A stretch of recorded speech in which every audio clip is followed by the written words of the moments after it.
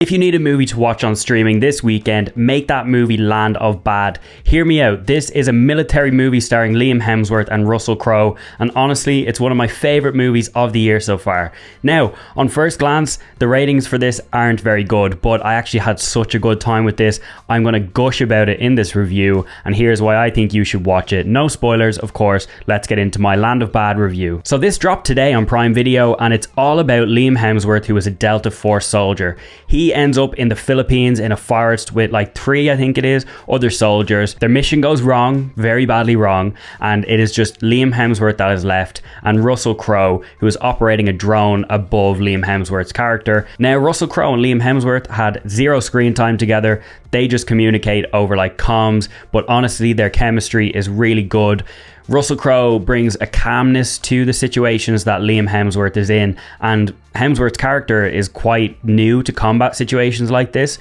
This isn't his forte. He is kind of like a tech expert in the military, so he doesn't really have as much in combat experience as the other soldiers that he's with, but Crowe does a really good job of keeping him calm, and I really liked their relationship. So Russell Crowe is obviously back in the US in a military base, controlling the drone and just talking to Liam Hemsworth, and Liam Hemsworth is in the Philippines in the thick of the action.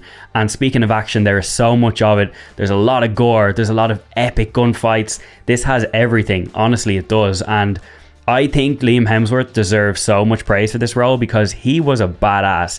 The whole time that I was watching this movie, I was just thinking in my head, I need this guy in Extraction 3 with his brother Chris Hemsworth. Like, he's that good. And obviously Liam Hemsworth has been in the Expendables and stuff like that, but this really set him up to be a badass action character going forward. And I think, I mean, if I was a director and I was making an upcoming action movie, I'd be like, yeah, Liam Hemsworth was so badass in that, let's check him out. There's so much epic fights in this. There's so much epic gunfights, fist fights, knife fights. It has it all. Like, it really has it all. It's phenomenal. The soundtrack is also killer. I actually thought at multiple times that I could hear the drums of Arrakis from Dune. You know, those like kind of drums that you hear?